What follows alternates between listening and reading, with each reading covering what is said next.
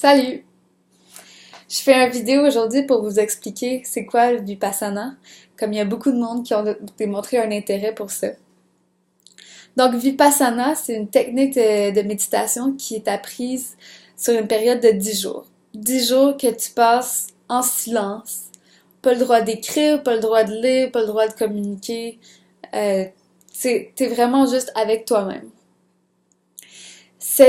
Ce centre-là qui offre le Vipassana au Québec, c'est à Montebello, mais il y a des centres partout dans le monde. Pourquoi? Parce que c'est une technique de méditation qui a été pratiquée il y a 2500 ans par le Bouddha, qui a été transmis, ensuite qui a été perdu et retrouvé par S.N. Goenka, un homme de l'Inde, en fait de Burma, qui a ensuite commencé à donner des cours en Inde, qui a eu tellement de popularité, qui a tellement voulu continuer à partager ça, qui est allé faire des cours dans le monde entier. Il est même venu à Montréal en 1979, je crois. Et c'est là où il y a des gens qui ont été inspirés à créer un centre au Québec, des Québécois. Donc c'est ça, tu peux voyager partout autour du monde puis trouver des centres de Vipassana.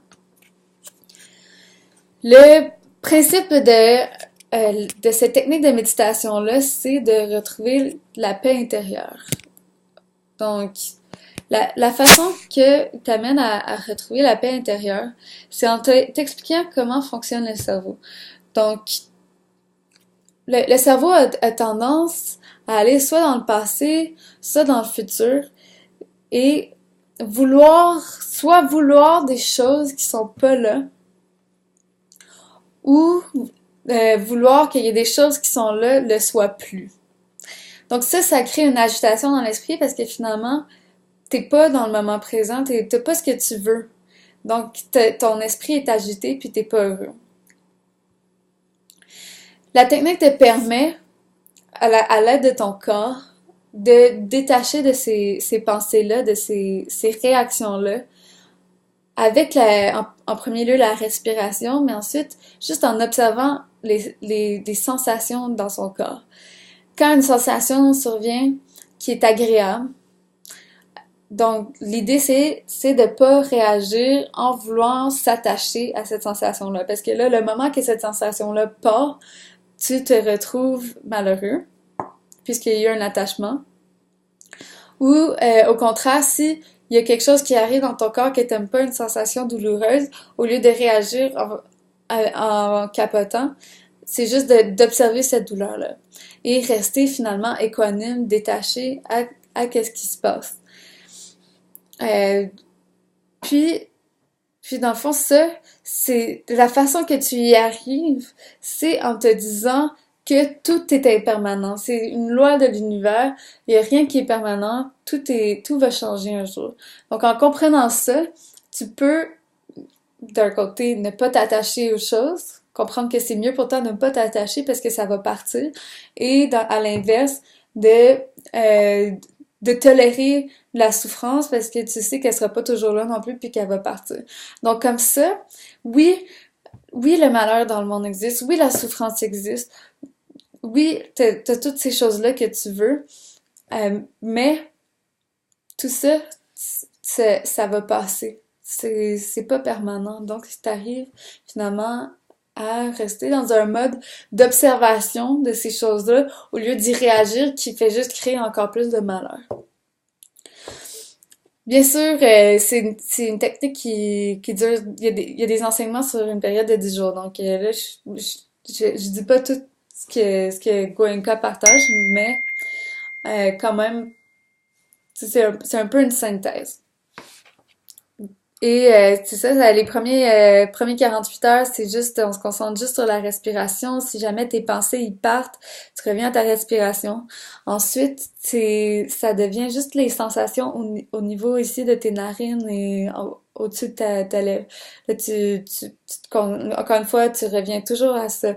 Les sensations que tu sens, les picotements, peu importe. Il dit, peu importe ce que tu sens, fais juste l'accepter et concentre-toi sur cet espace-là. Ça va concentrer ton esprit. C'est un peu comme si l'esprit c'était un animal sauvage, puis tu veux le dompter. Et donc, après ça, t'es capable de te concentrer l'esprit Maintenant, tu peux passer à faire le balayage du corps partie par partie, sentir tes sensations partout dans le corps. Et finalement, pratiquer le détachement, tout ça. C'est extraordinaire. Moi, je le conseille à tout le monde. Puis t'en laisses, là. T'es un peu dépendant de toi, ce que t'es rendu dans ta vie, puis qu'est-ce que t'as envie de rajouter à ton bagage. Mais je me sens, depuis que je suis revenue, je me sens plus zen, plus légère, capable de me détacher justement des situations désagréables, des douleurs dans mon corps, ou peu importe. Alors que avant, ça m'aurait beaucoup plus pesé. Au niveau technique, dans le fond, tu t'inscris sur le site internet, je vais mettre un lien. Je conseille de t'inscrire à l'avance, beaucoup de temps à l'avance parce que il y a des listes d'attente, surtout pour les femmes. Quand t'arrives là, tu veux venir avec, tu sais, des vêtements confortables, qui sont pas révélateurs, tu sais, sobres. Tu sais, c'est l'hiver, des vêtements chauds. Puis manteau et tout ça. Il y a un petit bois parce qu'on peut marcher à côté. T'arrives avec tes draps, tes couvertes. On a tous un lit, puis les chambres sont souvent partagées, mais il y a des séparations, donc t'as ton intimité. Et donc toute la nourriture est fournie, t'apportes pas de nourriture. Les méditations, il y a 3 heures de méditation obligatoire. Faut s'attendre donc à méditer un minimum de 3 heures par jour. Donc ça vaut la peine de se préparer un peu avant d'aller au cours et commencer déjà à méditer chez soi. Et il demande aussi d'être à jeun, je pense au moins un mois avant d'aller là-bas. Puis bien sûr, rendu là-bas, t'es à jeun aussi. Euh, donc c'est ça, t'apportes tes choses. Par contre, si jamais t'as pas apporté assez de couvertes ou t'as oublié quelque chose, ils peuvent te le fournir. La nourriture est végétarienne, c'est vraiment excellent. Si t'as des particularités alimentaires, tu peux le partager avec eux, puis ils vont pouvoir t'aider, probablement. Les 2 premiers repas, c'est des repas normaux, le déjeuner puis le dîner, mais ensuite le souper, c'est juste des fruits. Même que si c'est pas ta première fois, là, ça va être un jeûne total, t'as juste le droit de prendre du thé ou des tissanes. Encore, c'est dans l'idée de se détacher de notre attachement envers la nourriture, la gourmandise, tout ça. Et je pense que ça synthétise pas mal la chose. Bien sûr que si vous avez d'autres questions, vous pouvez me le demander. Et voilà, c'est ça. Je conseille vraiment à tout le monde de commencer à méditer, même s'ils vont pas à Vipassana, c'est quelque chose qui fait vraiment du bien. Moi, je fais ça en me levant le matin, puis maintenant, depuis Vipassana, je le fais aussi avant de me coucher le soir. Et ça permet de vraiment relaxer le corps, relaxer l'esprit, apprendre à avoir un rythme plus lent, plus à l'écoute de soi-même. Donc voilà, je vous envoie plein d'amour.